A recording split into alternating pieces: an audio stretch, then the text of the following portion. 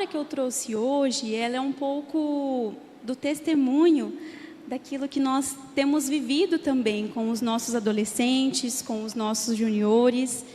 E estando com eles, né, e em contato também com os pais, com os responsáveis, a gente sabe o quanto, quando nós temos em nossa responsabilidade, né, adolescentes e crianças, né, filhos, o quanto a gente se preocupa e pensa em relação ao futuro, né? Como será que eles vão estar daqui a um tempo? Como que será a família deles? Com quem que eles vão casar?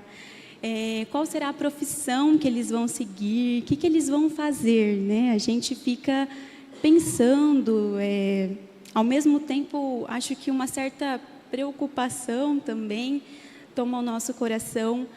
Mas quando a gente tem noção da dimensão espiritual, quando nós, enquanto pais, né, nós sabemos que nós somos seres físicos, nós temos as nossas emoções, mas nós também temos uma dimensão espiritual. Eu acho que a nossa preocupação, ela ultrapassa a preocupação de com quem os nossos filhos vão casar, o que vai acontecer com eles. E a preocupação, eu acho, central da nossa vida se torna, né? Como será a relação deles com o Senhor? Será que eles irão conhecer ao Senhor? Será que eles vão aceitar ao Senhor? Eu acho que essas são uma das preocupações, claro que todas muito importantes, mas uma das mais nobres. Nós estamos falando de um aspecto muito importante. Nós estamos falando de um aspecto que é eterno, né? Quando nós falamos de espiritualidade, a gente está falando de uma escolha que ela não é só para essa vida, como todas as demais escolhas são, mas uma escolha que vai gerar frutos para além dessa vida, para uma eternidade. E quando eu e o Lucas, nós assumimos a liderança do Ministério de Juniores, a gente não tinha 100% noção dessa responsabilidade que a gente estava assumindo e chamando para nós, né? Foi no começo desse ano, a reunião, né? Acho que foi, que o pastor conversou conosco e nos fez a proposta da liderança, e a gente super feliz, super empolgado, a gente topou, mas essa noção de responsabilidade, ela foi sendo construída e está sendo construída dia a dia, né? Quando nós vamos conhecendo a vida deles, quando nós vamos descobrindo o que está acontecendo com eles, o que se passa com eles na escola, o que eles estão sentindo, eu acho que esse senso de responsabilidade, principalmente essa responsabilidade espiritual que a gente carrega, ela vai ficando muito forte. E recentemente a gente passou por uma situação que eu vou trazer aqui também, que eu acho que elevou ao máximo o nosso senso de responsabilidade. A gente entendeu que a gente tem em nossas mãos algo muito precioso, que Deus nos confiou, algo muito precioso, e que há sobre nós algo que será cobrado, né? E eu quero, nesse momento, dividir essa responsabilidade com vocês. Essa responsabilidade, ela não é só minha e do Lucas, mas de vocês que são pais, que têm filhos, que são avós, que são tios, que de alguma forma exercem influência na vida de alguma criança, na vida de algum adolescente, na vida de algum jovem. Saiba que existe responsabilidade sobre você. E para que a gente pudesse começar e introduzir um pouquinho desse assunto, vou pedir para os irmãos abrir a Bíblia em Salmos 127.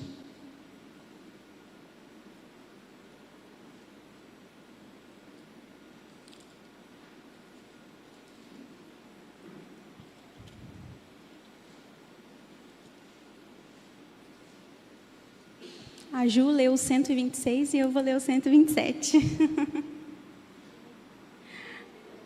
Nem combinamos. Tudo é Deus.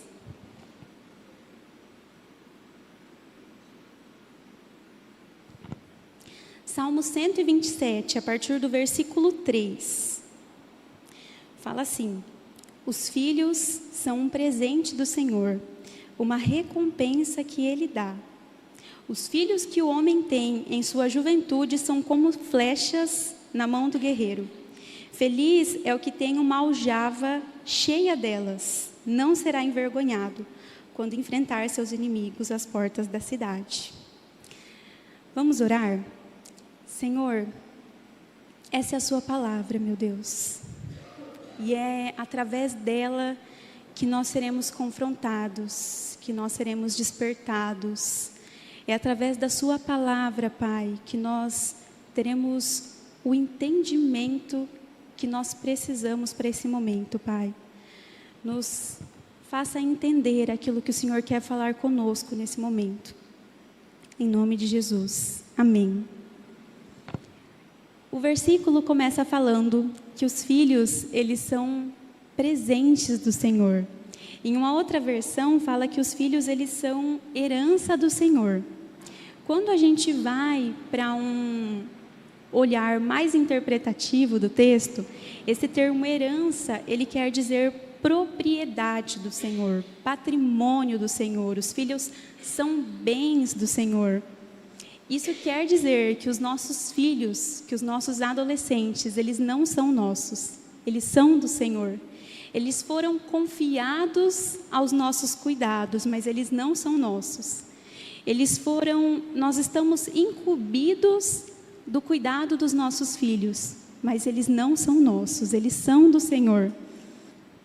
E eu estava lendo um livro, há um tempo atrás, que trazia a explicação dessa ideia de incumbência, né? A gente ser incumbido de algo. E tudo na nossa vida é uma incumbência temporária. Tudo que nós temos, a nossa família, os nossos recursos, é confiado a nós, mas vem de Deus. E nós precisamos ter essa noção. Nós somos mordomos de Deus. Nós cuidamos de tudo que Ele nos deu, mas vem dEle, é dEle. E quando a gente entende que os nossos filhos, eles não são nossos, tem algo muito importante aí. Se eles não são nossos, quer dizer que um dia nós teremos que prestar conta por aquilo que nos foi confiado. Os adolescentes que frequentam a nossa casa, eles não são nossos, não são meus, não são do Lucas, não são nem de seus pais. Eles são do Senhor. E eles estão sendo confiados a nós. Eles estão passando pelas nossas vidas. E isso quer dizer que um dia o Senhor nos cobrará esse cuidado que Ele tem confiado a gente. Um dia o Senhor irá querer saber o que nós fizemos nesse tempo que Ele nos deu de convivência com esses adolescentes. Um dia o Senhor vai perguntar a você o que você fez com aquilo que Ele te deu. O que você fez com o que Ele incumbiu para você, a você cuidar. Quando a gente pega um item emprestado de alguém, a gente precisa cuidar muito mais do que se aquele item fosse nosso. É muito fácil, às vezes, tratar de qualquer jeito, tratar com desleixo uma coisa que é nossa. Mas quando a gente pega algo emprestado de alguém, a gente precisa prestar conta depois para essa pessoa. Não dá para simplesmente deixar de qualquer jeito, cuidar de qualquer jeito e querer devolver para a pessoa. A gente precisa prestar conta, aquilo não é nosso. E é esse senso que a gente precisa desenvolver. Os nossos filhos não são nossos e um dia nós devolveremos ele e precisaremos prestar conta da vida deles. Eu não sei a que nível essa palavra ela sobe o seu senso de responsabilidade, mas o meu senso de responsabilidade, ele sobe muito quando eu penso que esses adolescentes, eles estão sendo confiados a nós, eles estão sendo incumbidos a nós, mas que um dia o Senhor irá perguntar o que você fez com esses adolescentes. No que dependeu de vocês, o que eles teriam conhecido ao Senhor, no que dependeu do tempo de oração de vocês, eles teriam recebido a salvação, no que dependeu de nós, o que nós fizemos para que os nossos filhos conhecessem a Jesus e para que eles fossem salvos. E essa palavra, ela tem tocado muito meu coração. E eu tenho pensado que há um preço a ser pago por nós, pela vida deles. Há algumas coisas que a gente precisa fazer. O processo de salvação, ele é um processo pessoal, e só o Espírito Santo pode tocar na vida dos nossos filhos para que eles sejam salvos. Mas nós temos a responsabilidade de pagar um preço de oração para que isso aconteça, de nos colocar diante do Senhor e pedir: Senhor, encontre a vida desse adolescente, encontre a vida do meu filho. Quando nós pensamos, nessa fase deles, a fase da adolescência, é uma fase que espiritualmente eles já têm responsabilidade sobre as suas escolhas. Eles já podem decidir por Jesus ou não. E essa é uma escolha pessoal. Esse é um processo pessoal. Mas nós precisamos orar para que os nossos adolescentes, eles encontrem ao Senhor. Nós precisamos entender que eles estão sobre nossos cuidados, mas que um dia isso será cobrado a nós. Nesse mesmo livro que estava lendo, em uma das devocionais que eu fiz, ele é um livro de devocionais, fala que no final da nossa vida, da nossa jornada, quando chegar lá na frente, quando nós encontrarmos com Jesus, Ele irá nos fazer 2 perguntas. A primeira é: o que você fez com a salvação que eu te dei através do sacrifício do meu filho Jesus? Você aceitou? Você negou? O que você fez com isso? Porque a gente sabe que a nossa salvação é apenas e tão somente pelo sacrifício de Jesus. E a segunda coisa que nos será perguntada é: o que você fez com aquilo que eu confiei a vocês? O que você fez com aquilo que estava nas suas mãos? E a vida dos nossos filhos, nesse momento, estão nas nossas mãos. Então, o que nós temos feito com isso? É o que eu gostaria que a gente pensasse nessa noite. Existe uma frase do Billy Graham que diz assim, que a salvação, ela é de graça, mas o discipulado, ele custa tudo o que nós temos. A salvação é dom de Deus. É um processo que nós não temos nenhum custo além de aceitá-lo. Mas viver uma vida discipulando, cuidando de pessoas, nos doando para o cuidado, é algo que talvez vai nos custar muito, e talvez nos custe tudo. Nos custe momentos de oração, nos custe momentos de entrega. E será que nós estamos preparados para entregar o custo que isso tem nos exigido? Eu olho para a minha vida hoje e eu peço ao Senhor que Ele encontre em mim disponibilidade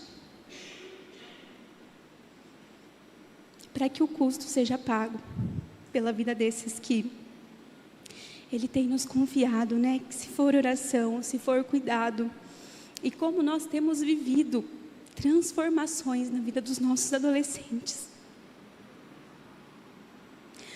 O Senhor tem se derramado na vida deles.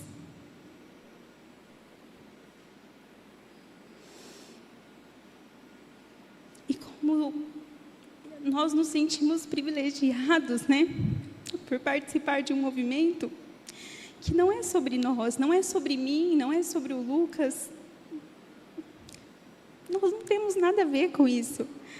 Nós estamos disponíveis, mas é um movimento do Senhor de transformação, de salvação, que está sendo derramado sobre a vida deles. Se não fosse o Senhor Jesus, se não fosse o Espírito Santo convencendo da necessidade que nós temos de ser salvos, da necessidade que eles têm de ser salvos, talvez nada aconteceria, porque não se trata dos nossos esforços, se trata do trabalho que o Senhor tem realizado. Mas claro que há um preço que nós talvez vamos precisar pagar, de oração e de entrega, para que os nossos filhos conheçam ao Senhor, para que eles sejam salvos. Então, a primeira coisa, a primeira verdade que nós precisamos levar essa noite é que os nossos filhos, eles são propriedades do Senhor. Os nossos adolescentes, os nossos jovens, e nós iremos um dia ser cobrados por isso.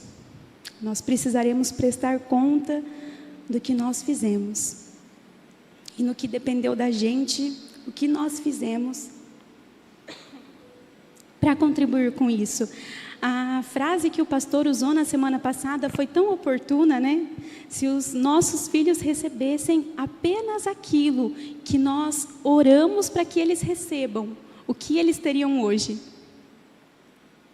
Se os nossos filhos dependessem das nossas orações, para que a vida deles fossem transformadas, fossem impactadas, como estaria a vida deles hoje? Amém? E continuando, depois que a palavra nos fala que os filhos, eles são propriedades do Senhor, ela continua falando que os filhos que o homem tem em sua juventude são como flechas na mão do guerreiro. Os nossos filhos, os nossos adolescentes, eu vou usar essa expressão de filhos porque é essa sensação que nós temos, né? São filhos espirituais para a gente. Nós cuidamos, eu oro e tenho o mesmo desejo, como se fossem filhos, que o Senhor encontre o coração deles. É como se fossem filhos nossos, né?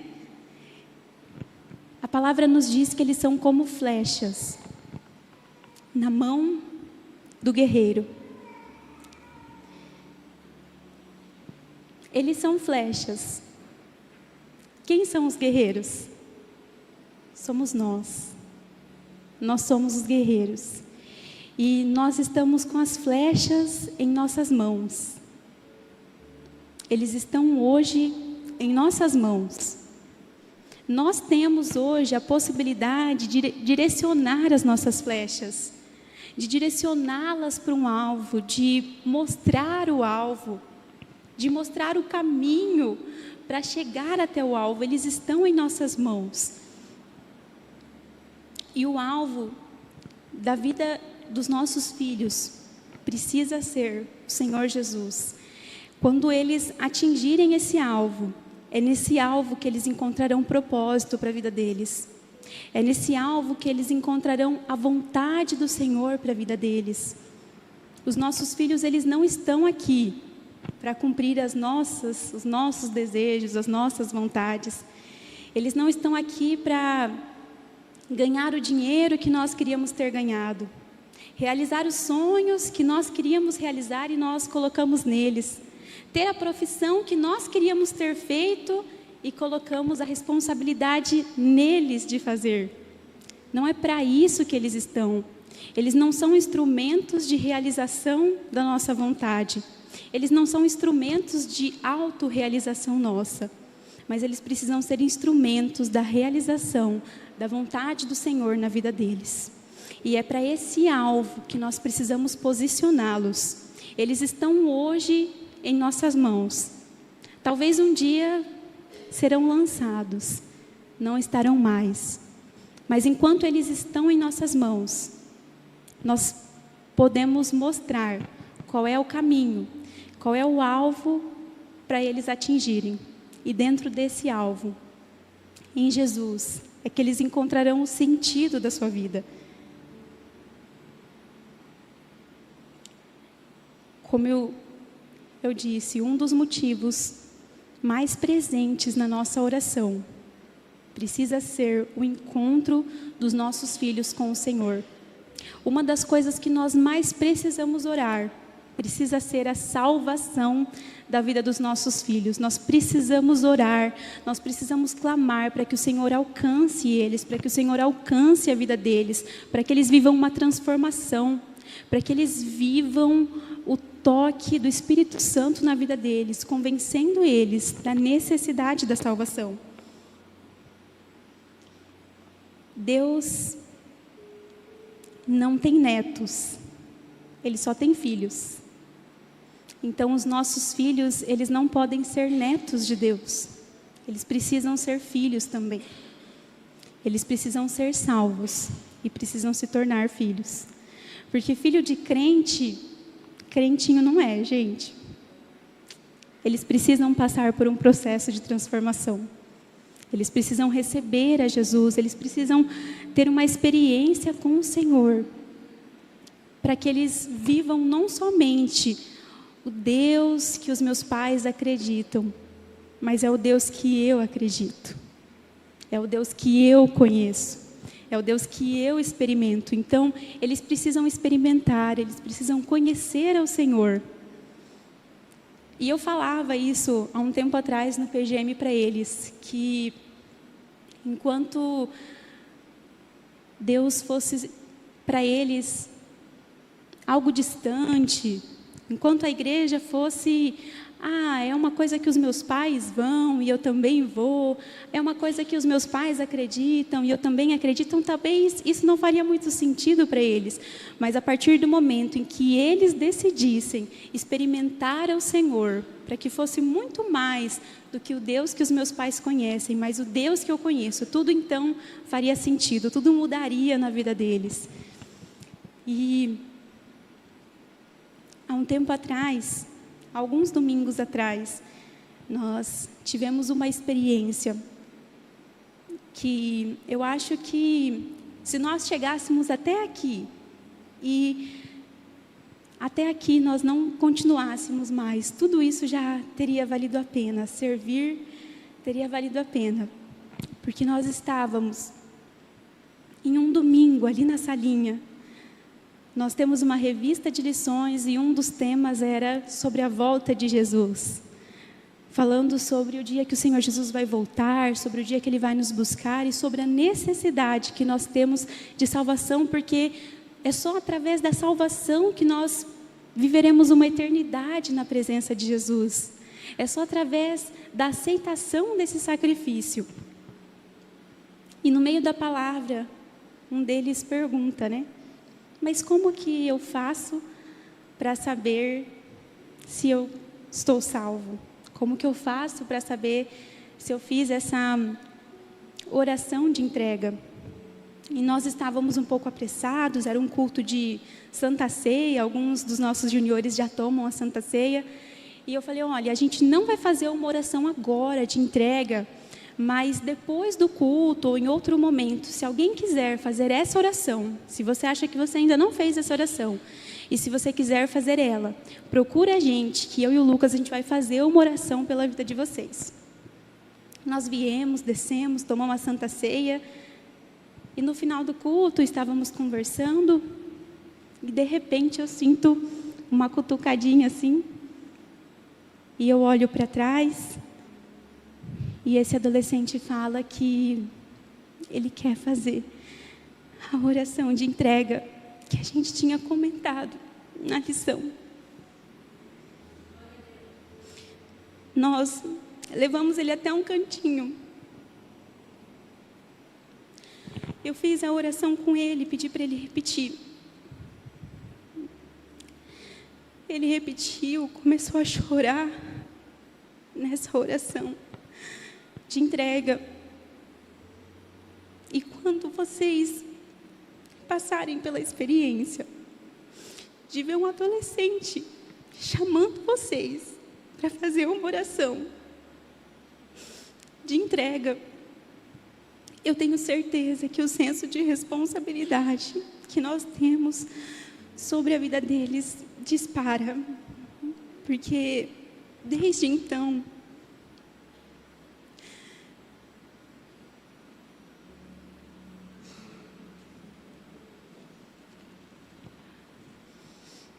desde que nós passamos por essa experiência, a gente entendeu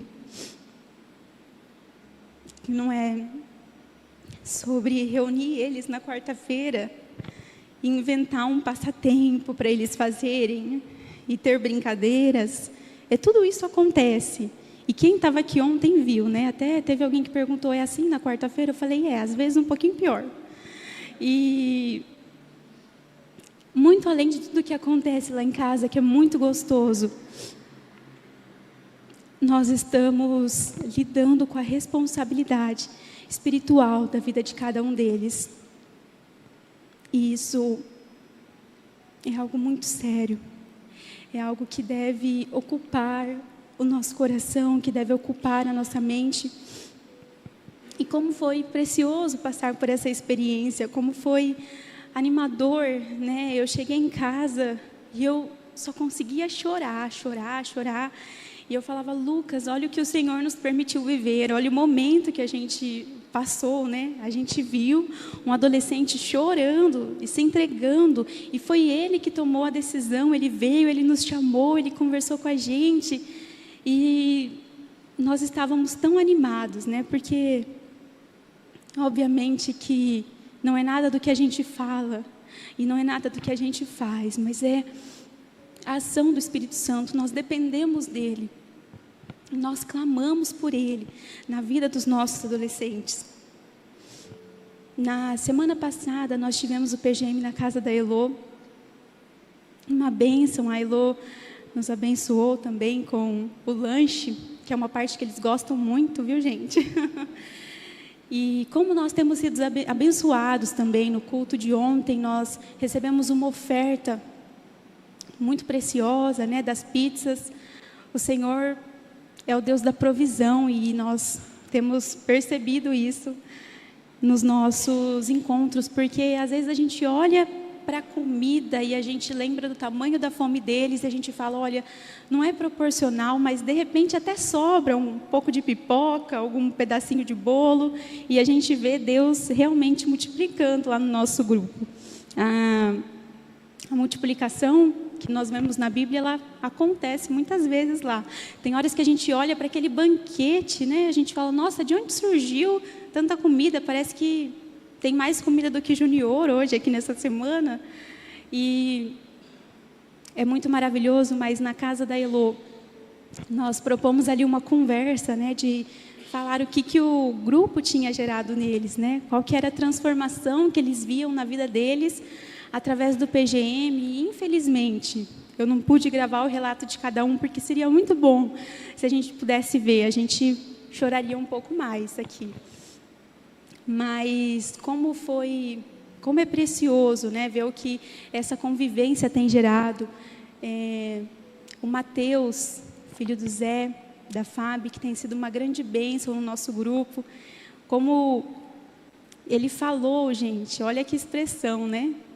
Que ele aprendeu a dar risada lá no nosso grupo, porque ele sempre tirava foto séria, né? E daí a gente falava, Mateus, dá uma risada, dá uma risada. Aí ele falou, olha, eu aprendi com o grupo a dar risada. Hoje eu dou risada com vocês. Eu falei, nossa, gente, a gente é o motivo do sorriso do Mateus, né? Que coisa preciosa. E o Natanzinho, né? Falando, em 10 anos que eu tenho de igreja, gente, 10 anos... né? O pessoal, ele é filho do pastor, nasceu na igreja, né? 10 anos, verdade, 10 anos de vida, 10 anos de igreja. E ele disse que ele nunca se sentiu tão conectado com Deus quando ele está agora. E tudo isso, gente, tudo isso para dizer que é literalmente obra do Espírito Santo, né? É literalmente a revelação do poder de Deus na vida deles. E nós precisamos clamar para que eles vivam algo muito intencional todos os dias, por um derramar sobre a vida deles. Eles são flechas e estão nas nossas mãos. Nós precisamos apontar o alvo. Nós precisamos apontar a direção. E a terceira e última verdade, para que a gente possa finalizar, é que as flechas, elas são lançadas para ir adiante. O guerreiro, quando ele lança a flecha vai num lugar que ele não alcança. Ele fica e a flecha vai. E assim serão os nossos filhos. Eles chegarão em um tempo que nós não vamos chegar. Eles tocarão uma geração que nós não vamos tocar. Eles irão para lugares que talvez nós não iremos, nós não chegaremos. Eles vão adiante, eles vão para adiante. Nesse texto, quando a gente olha também para a interpretação, a palavra flechas, ela é colocada como continuidade da vida, né? Feliz é o que tem uma aljava cheia delas. Então, flecha tinha essa questão de continuidade, né? Como se os filhos fossem a flecha que dá um significado de continuidade da vida. Então, os nossos filhos, eles vão continuar. Eles vão ir adiante. Então, nós precisamos consagrá-los também. Precisamos orar. Ontem nós falávamos aqui à noite justamente sobre propósito, né? A história de Esther, tempo e lugar, que eles tinham um propósito dentro do lugar e do tempo que eles estavam. E que a salvação era um processo que iria acontecer neles, mas que não ia parar neles, né? Queria continuar, a vida deles seria uma ponte para que outras pessoas fossem salvas também. Então, esse processo que acontece com eles, o que mais nos empolga é que não vai parar neles. E não tem parado. Como nós temos recebido novos juniores, como nós temos recebido os novos adolescentes, nós recebemos em nosso grupo uma pessoa que disse que nunca tinha ido em um evento da igreja. Ele falou que nunca tinha participado, que era a primeira vez, que ele tinha achado muito legal. E eles estão indo adiante, né? Eles estão continuando esse processo de salvação que começou na vida deles, mas que vai alcançar outras vidas, já tem alcançado. Como nós tivemos visitantes ontem aqui, cada um trouxe pelo menos um. Nós tínhamos muitas pessoas diferentes e chegarão porque eles são flechas, eles estão indo adiante, eles estão convidando. No nosso PGM, nós estamos muito felizes por isso, porque tem chegado pessoas e essas pessoas vão contando a sua história, vão contando o que tem passado com a sua família. E a gente fala, olha, você está no lugar certo, é aqui mesmo, continua aqui, que a gente vai cuidar de você. Para a gente finalizar, então, os nossos filhos são flechas que serão lançadas, estão nas nossas mãos, sendo preparados, mas um dia eles serão lançados. Há um propósito do Senhor para a vida deles, há um plano do Senhor para a vida deles, há coisas para que eles vivam dentro da vontade de Deus. É nisso que eu creio. E é isso que eu gostaria que a gente levasse para casa. Vamos curvar as nossas cabeças nesse momento.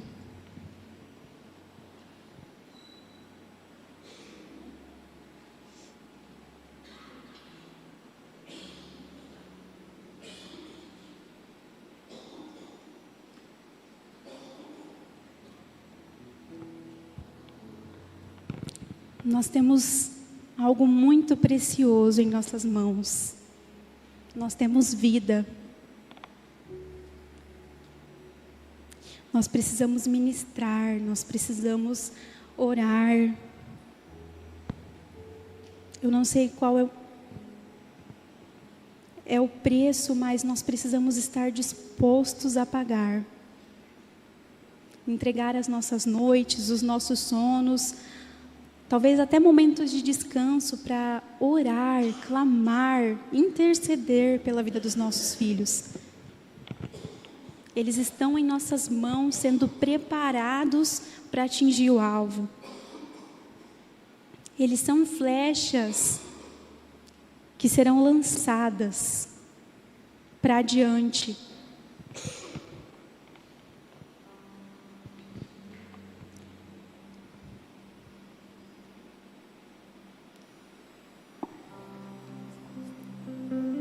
Obrigada, Senhor. Obrigada pela compreensão de responsabilidade que nós temos hoje sobre a nossa vida. Nós saímos daqui entendendo que há sobre nós uma responsabilidade por aquilo que os nossos filhos vão viver. que há sobre nós oportunidades de sermos usados pelo Senhor como ministros, como exemplos, como espelhos na vida dos nossos filhos. Nós não queremos, Pai, ficar indiferente a essa revelação do Senhor sobre a nossa vida. Nós não queremos agir como se nada tivesse acontecendo e como se nós não tivéssemos a responsabilidade e a oportunidade de interceder sobre a vida deles. Não é tarde, não é tarde. A partir do momento em que nós entendemos a nossa responsabilidade, não é tarde. Nós precisamos começar agora a desenvolver o hábito de orar, de entregar, de ministrar.